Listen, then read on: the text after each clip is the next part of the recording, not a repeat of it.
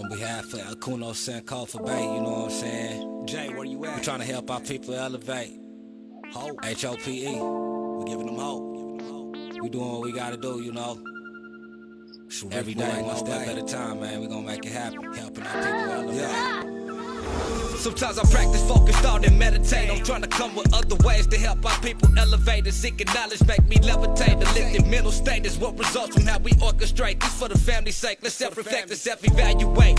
And every day, make sure the steps you take, you calculate. Receive a master's fate. I know I can't exist without the hate, but that's okay. I balance that with higher self today. Success is on this way, and after that, my flesh can pass away.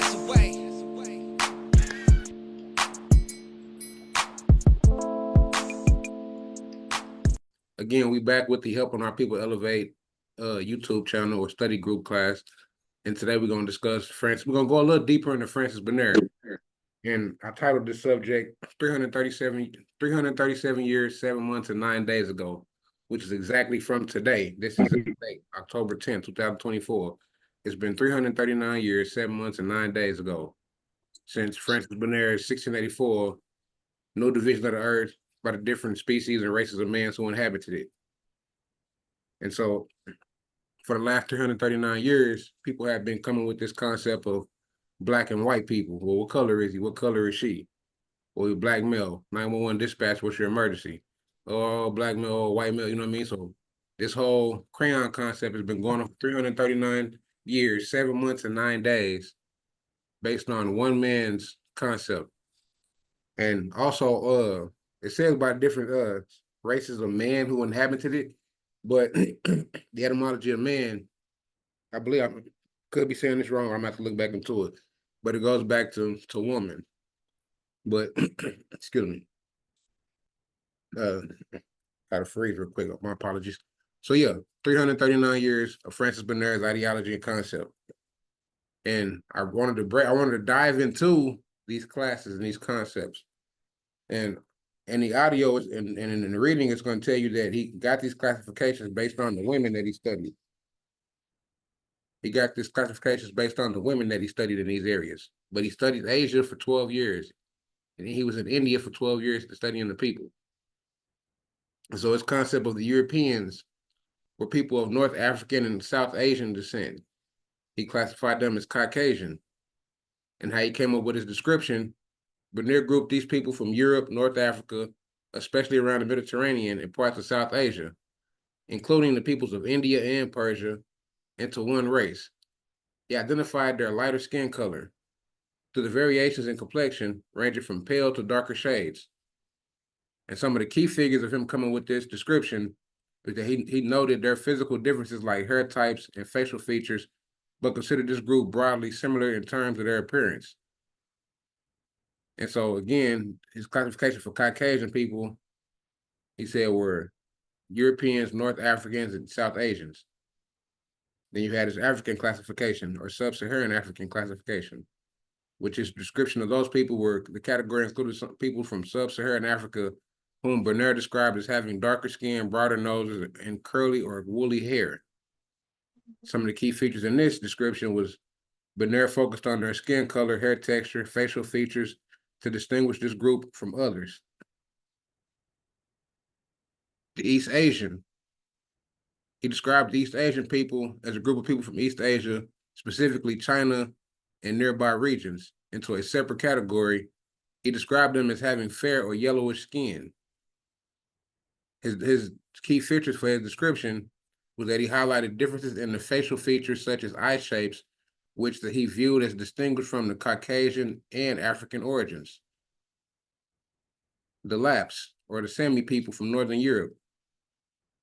His description of these people included the Lapps or Sami people from Northern Scandinavia in a separate category.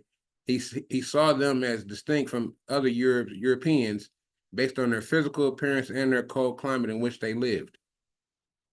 His key features for this description is that he saw them as smaller in stature and different in complexion from other Europeans. Okay, so the indigenous Americans, his final classification. The description of these people, though not always explicitly grouped as a fifth race, Bernier sometimes referred to the indigenous peoples of the Americas as distinct. He described them based on their darker skin tone and different physical traits compared to Europeans and East Asians. That was kind of like what we were just talking about, Brother Dupont, as far as the Indian concept, the people of East Asia, the people in India, Hindustan, and the indigenous Native American people. And so in his description, he says right here, he described them based on their darker skin tone and different physical traits compared to Europeans and East Asians. Bernier pointed to their skin color and facial features as differentiating factors. Slow down my reading. I also want to dive into Johann Friedrich Blumenbach of 1752 to 1840 and how he took Francis Bernier's concept of Caucasian, and he was the first to use the term Caucasian to describe white people, and he is often credited with giving the term scientific credibility. However, Blumenbach's work was influenced by his religious beliefs and cultural background, and his idea about race were Eurocentric and Christian. And so I wanted to dive into the etymology of the word Caucasian in its noun and adjective. And so I'm connecting these dots with Francis Bernier and its race paradigm of what color is he and what color is she. So from 1684, here it was classified, as it says right here, in the noun in 1843, a resident or a native of the Caucasus, see Caucasian, meaning one of the white race, from 1830. So it's giving you a stamp of when it became the etymology or the origin of the word came from Francis Bernier in 1684, but it got put into a book in the 1830s, giving you its original source. I'm going to show you that right here when you go into the adjective of it, because it goes back further. 1807, of or pertaining to the Caucasus Mountains, with implied the white race, enlightened by German anthropologist Johann Friedrich Blumenbach. So they even tell you in etymology dictionary who they're giving the credit to for this term,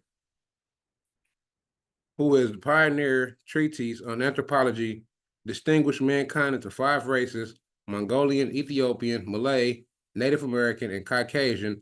In the last group, he included nearly all Europeans except Lapps and Finns, Armenians, Persians, and Hindus, as well as Arabs and Jews. His attempt at division was based on physical similarities in skulls. So again, and now I'm showing you where this was implemented. That was etymology, so that was implemented in the language. But now we're going to go into the House Resolution where it was put into law. So the House Resolution 40 Naturalization Bill, March 4th, 1790, enlarging the national community. And so I said 1800, but we're going back for, like I said, 1684. This is 339 years of thinking. The first Congress, 1789 to 1791, established federal procedures and criteria for foreign-born individuals to become U.S. citizens. These criteria permitted free whites of good character with 2 years residence in the United States to become naturalized citizens. Congress also allowed citizens' children born outside of the U.S. to be considered natural born citizens. Over the following centuries, Congress readdressed the issue in a series of naturalization acts that sometimes excluded, but increasingly included, people of diverse races and origins. And so it's saying here that as long as the Caucasian or white person lived here for 2 years, they would be allowed to be considered a naturalized citizen, or through the Naturalization Act. The 1790 Act set the new nation's naturalization procedures.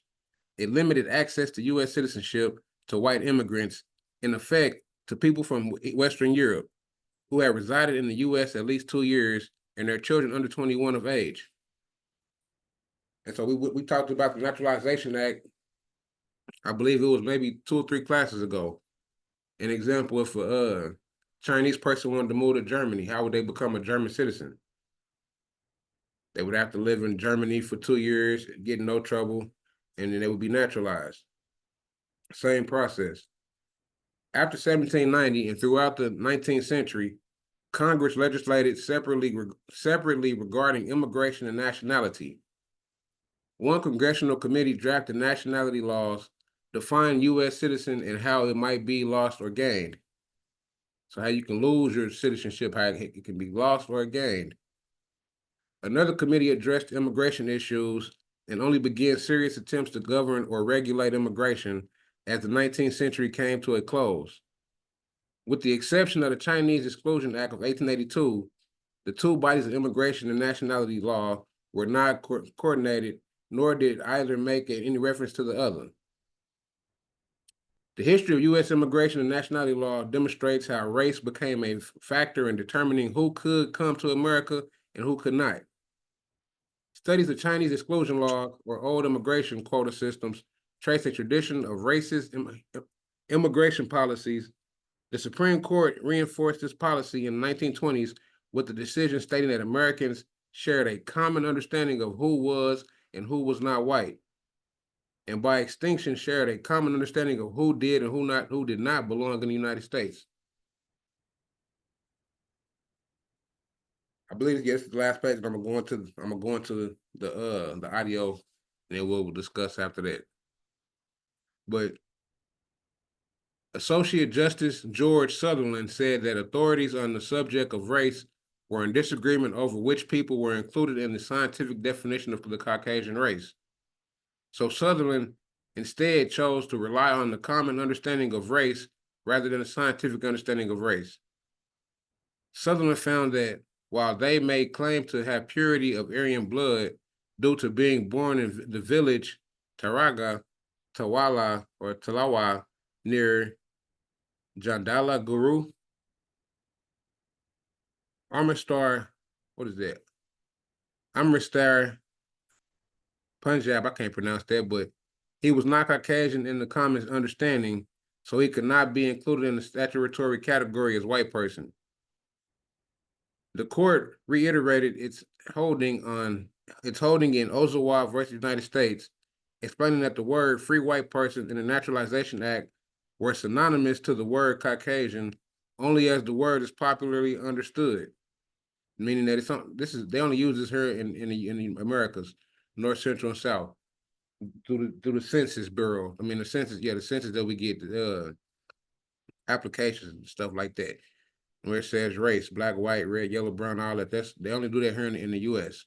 So this is what this is talking about, where those who understand it in its common sense, pointing out that the statutory language was to be interpreted as words of common speech and not of scientific origins. So it's not, you can't trace this genetically. Written in the common speech for common understanding by unscientific men, Justice Sutherland wrote in his summary. So I mean, yeah, you can't. This isn't something that you could just you can't trace it genetically. Is what I'm trying to say.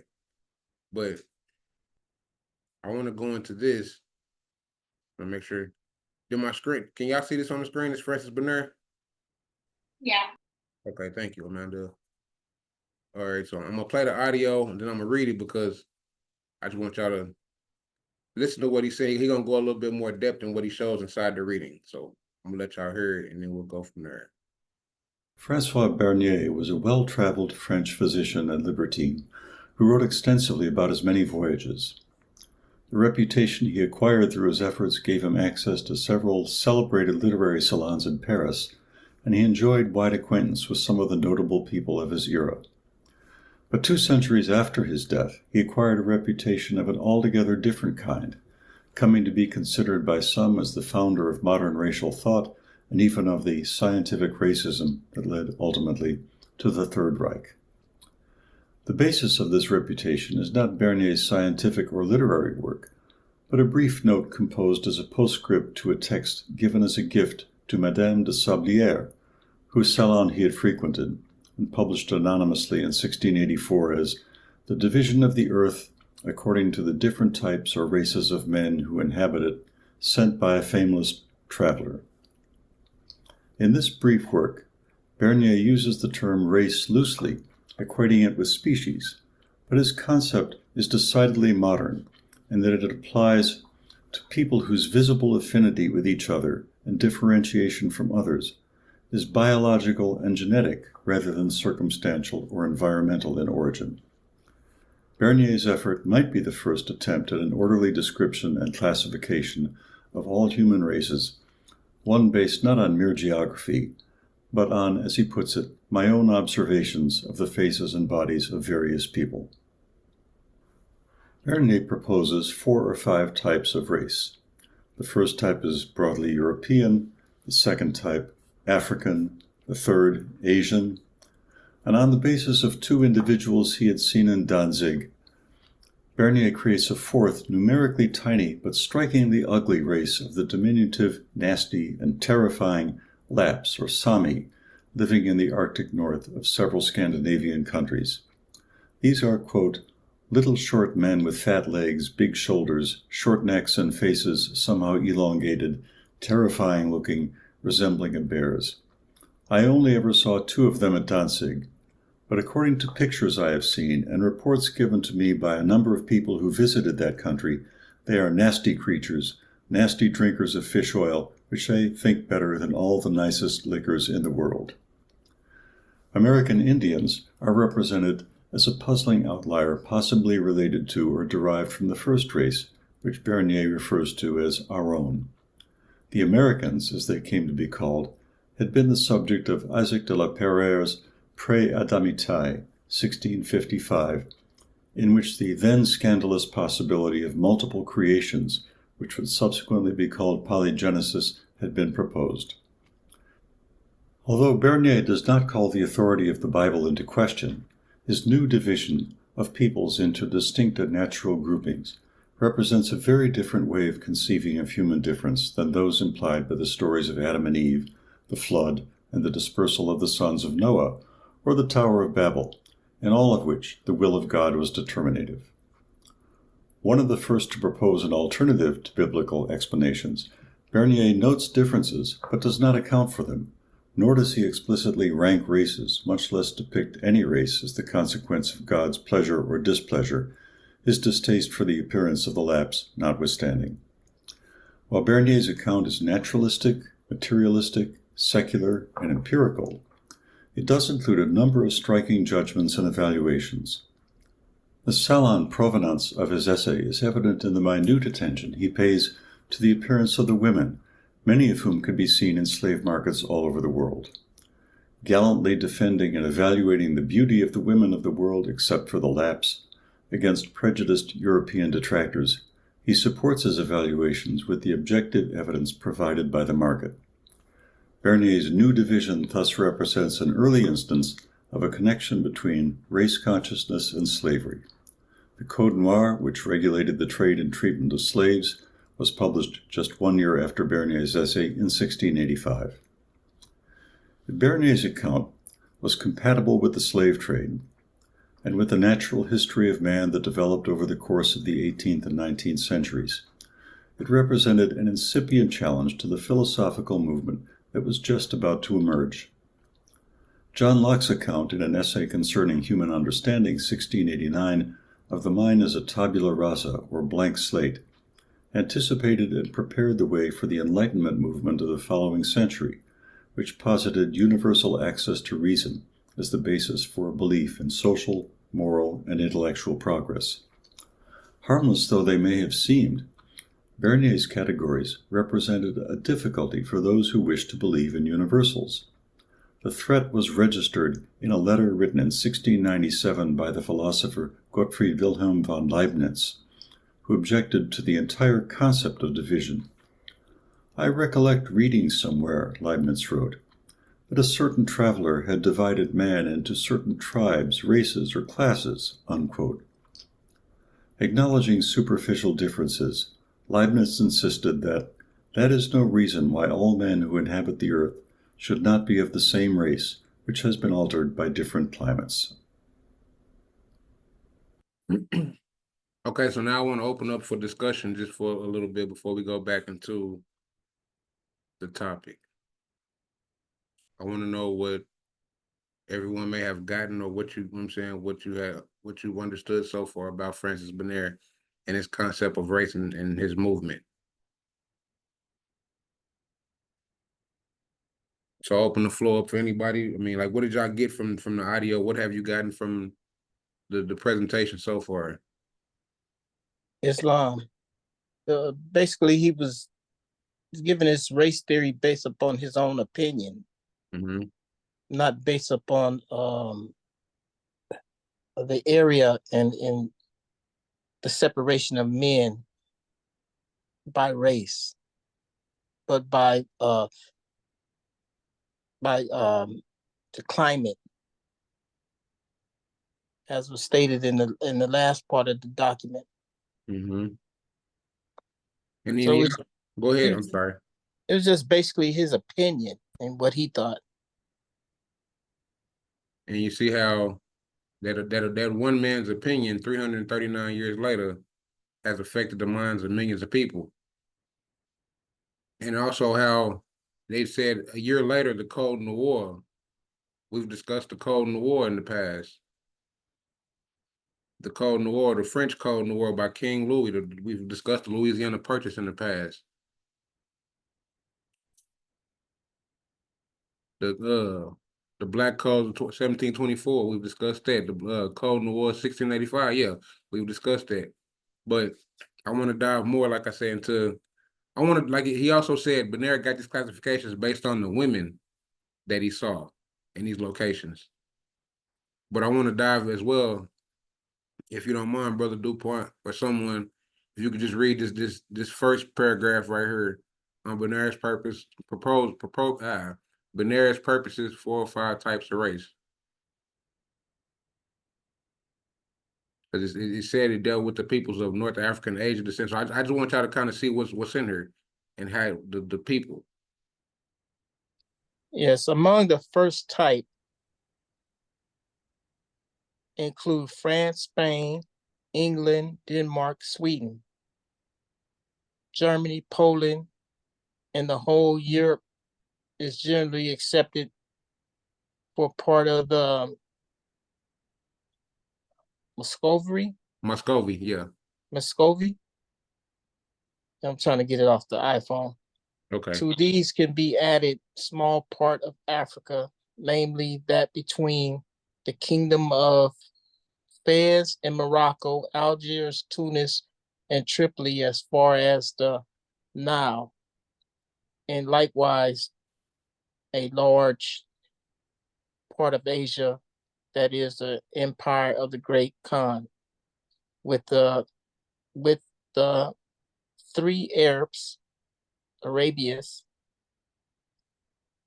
The part that my apologies for cutting you off, but the part that I wanted to catch was where it said Fez, Morocco, and Algeria, Tunis, and Tripoli. And so you see where the Moors are a part of the first type. Correct. You know, and so like that caught my attention when I was going over this. And so I just wanted to, you know what I'm saying, make sure everybody else sees that and see, because he said his first type, Caucasian, and Francis Bernier, before Johann Friedrich Blumenbach gave the term to white people, quote unquote white, it said peoples of Europe, North Africa, and East Asian descent, or population, not descent, but people of the area. And so just pointing that out right there. My apologies, brother. Go ahead. Okay, the empire of the Great Khan with the 3 Arabias, the whole of Persia and the realm of the Great Mongol, and the kingdom of Gulakanda, that of Bijapur, and Maldives, and part of the kingdom of Arakan, Piju, Siam, Simarat, Batam, and Borano. I appreciate you. That's the best I could do with those words. No, you good, brother. I know, like you said, it's on the phone, so I know it's probably small for you. It's all good. Yeah. But yeah, I mean, like you see, you see the classifications and the types. And so 1600, prior to or before 1600s, no one was calling themselves crayons, or nobody was going by black and white. So in the 1400s, 1500s, 1300s, all the way to the 9th century ate to the first time when wasn't nobody calling themselves just black or white, this paradigm. This is 339 years, 7 months, and 9 days of thinking. But its second type consists of peoples of Africa. Among the second type, I place the whole of Africa except the coastal areas just mentioned. The following features justify considering the Africans a distinct type. Their thick lips and snub noses, for very few of them have aquiline noses and medium-sized lips. The blackness that is their essential trait, and whose cause is not, as people think, the heat of the sun. For if you transport a black man and a black woman to a cold country, their children will continue to be black, and so will all their descendants until they intermarry with a white woman. The explanation for their distinct type must therefore be sought in the sperm and their blood, both of which are, however, the same color as in all the other types. Their skin is quite oily, supple, and polished, except for the areas roasted by the sun. Their beards consist of only 3 or 4 strands. Their hair is not truly hair, but instead a sort of wool, similar to the coat of one of our hunting spaniels, and their teeth are whiter than the finest ivory, and the whole inside of their mouth, like their lips, is red as corals. And so this is how he was describing his classifications. Bernier did not equate all Africans and notes in particular that the blacks of the Cape of Good Hope, who are usually smaller, thinner, with uglier faces than other Africans, with peculiar and distinctive habits. They are swift hunters, passionately fond on carrion meat, which they eat raw, and they win bits of the guts around their arms and necks, just as they can sometimes see our butchers' dogs do, so as to eat them later as need arises. And they speak a language in which it is very strange and almost impossible for Europeans to imitate. Some Dutchmen say they speak turkey cock, but this is all Bernier's speaking. This is Bernier's way of identifying the people. So my apologies. It's harsh. It's messed up. I'm reading. I'm looking at. I'm thinking to myself. This is, you know what I mean. But this is what his way of classifying the people. This was his thinking. Like the brother said, this was his observation.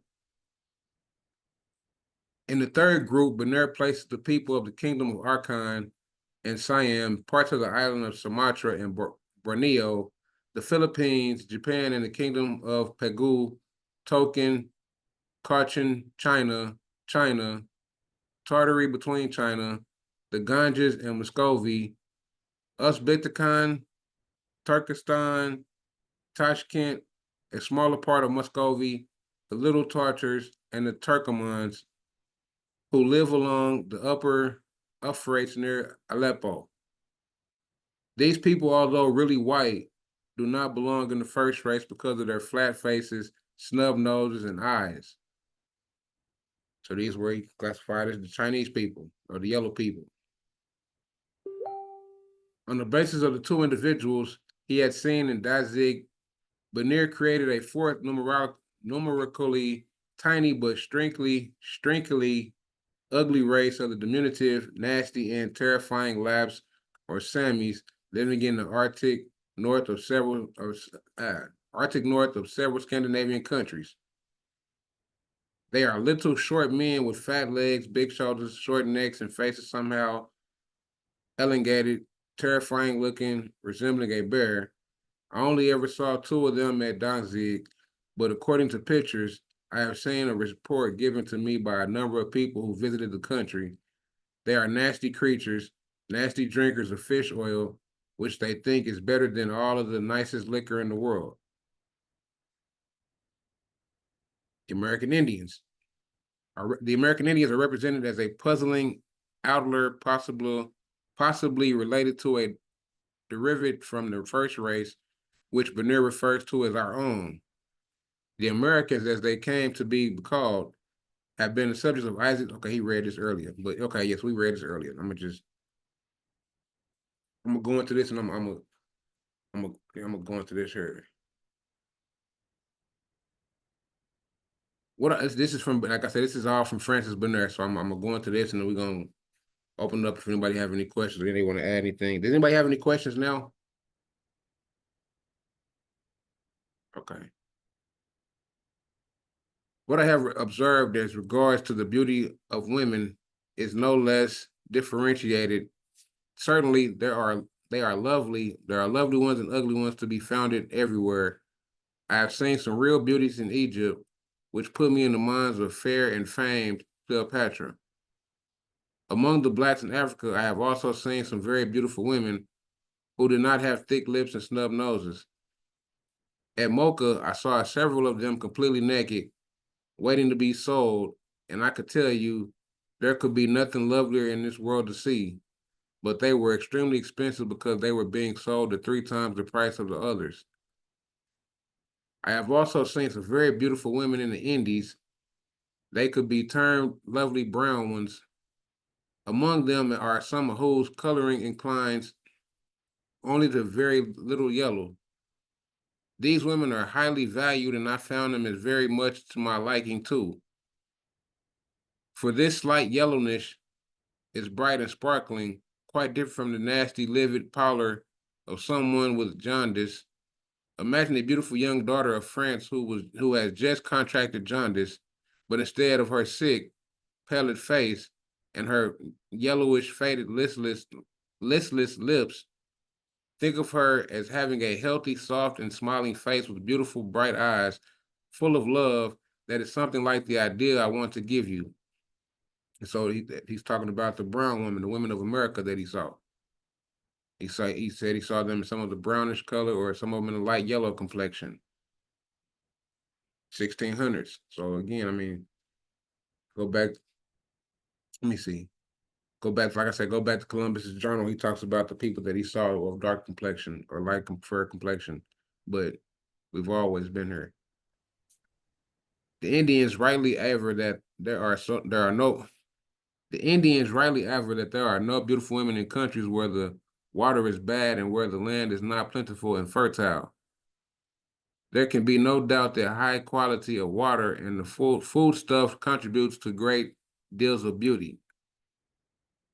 The women of the Ganges at Benares and downriver towards Bengal are generally highly rated. These women of the Kingdom of Kashmir are still more so, for not only are they white like women in Europe, but they have a sweetness of face and are of admirable height, and from Kashmir, from the women of the court of the Mughal and those whom all the great Khans have about them. The women who are the native to Persia could not be called beautiful, but that does not mean that the city of Ishtvahan is not full of infinite numbers of lovely women and also of handsome men, thanks to the great numbers of beautiful slave women brought there from Georgia and Circassia.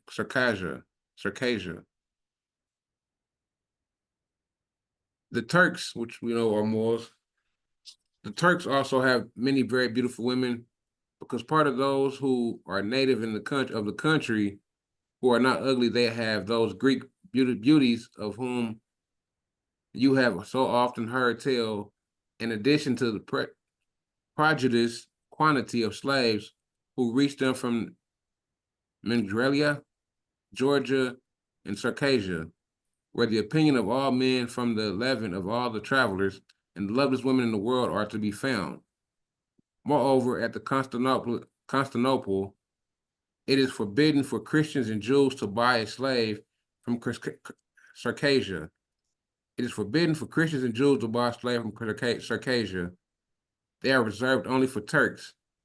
When our friend M. Lee Cavalier Chardin talks about them and he traveled in their country, he is enchanted, and he asserts that, generally speaking, all of them are beautiful, and that in his travels he has never seen anything so lovely.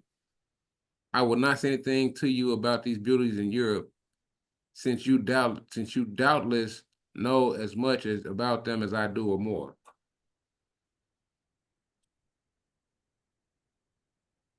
I mean, that's pretty much it. I mean, I didn't want to go too deep into this. I mean, I can continue going, but I don't really want to go too in deep into this. I just wanted to kind of give y'all a little bit more in depth on Francis Bernier and this whole race concept. Like I said, it's been 339 years, 7 months, and 9 days that you have millions of people who identify themselves as color based on one man's perception of the world, based on how he saw the women in different locations as he traveled. And so I'll open up the floor for anybody if I have any questions. Y'all want, if I may have missed something that I didn't say, or maybe you I have one question, more of a statement. When he mentioned the fact that the slaves from Georgia and Corsica, Mhm. you know, we're not talking about people that so-called identify as being slaves today, based on Georgia and the other country. Mhm. So Georgia is in Russia. That's what I was thinking. Yeah. Yeah, Georgia's in Russia, and I have to look up and see where's the other place is located. But he definitely identified them as slaves or Slavic people. Scandinavian, yeah, he went into them too. Yeah. Where is it? Caucasia.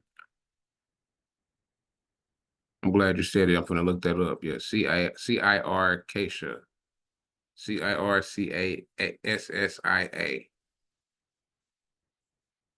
Caucasia. Also known as Zakaya, was a country and a historical region in Eastern Europe. It spanned the western coastal portion of the North Caucasus along the northeastern shore of the Black Sea. So this was, okay, this is a better image of it right here. I should have had this together, but I didn't. I wasn't planning on, let me see, boom, boom, boom. Because I want y'all to be able to see it on this map. So let me pull it up where y'all can see it.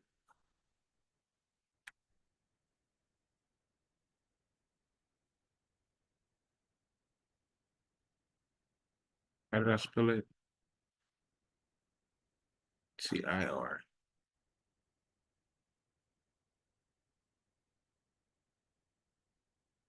I got a bunch of stuff up here, so my apologies. So all I do is mess with this content, research and reading and looking stuff up. Put this on here like this. We can kind of get a better view of where this map is, or where this location is, Europe.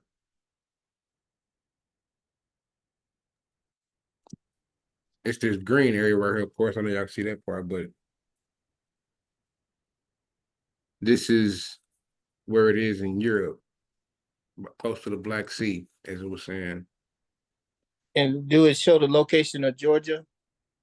Yes, it's right up under Russia, right above Turkey, Armenia, and Azerbaijan. It's just, yeah, it's right here next to the as well, right here on the coast of the Black Sea. So yeah, they're right there in the same area.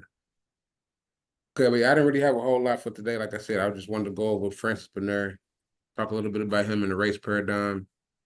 That's really all I have for y'all today. I appreciate y'all. I will be back with a better presentation and more information on the 24th. And so I appreciate y'all. And that's really all I got. Like I said, I mean, I didn't have a whole lot. So yeah, I will catch y'all in 2 weeks from today. Matter of fact, I'll see y'all this weekend for the next investigative research committee. Appreciate it, bro. All right.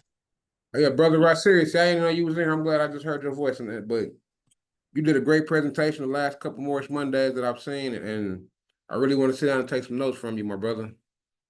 I definitely appreciate it, brother. Most definitely. Yeah, I was sitting back taking notes, and then yeah, I want to sit down and get some of that information that you got. Oh yeah, I got you anytime. I'm still catching up with what you got. Yeah, but But you got some jewels. Linnaeus go kind of deep. Yeah, Linnaeus, the whole story on Carl Linnaeus and Blumenbach and all of that. I've been following that for a minute with you. I'm like, this is crazy. Yeah, Francis Bernard, Carlin, Nation, Boombach. It's opened up a lot of doors for me myself as well, and learning more about Alex Hartlika, Melville Herskovitz, Walter Plecker, Franz Boas, and very other Europeans who have been called scholars or so-called scholars, but who have reclassified us, displaced us, and changed the history. But it all started with Francis Bernard in 1684. Yeah.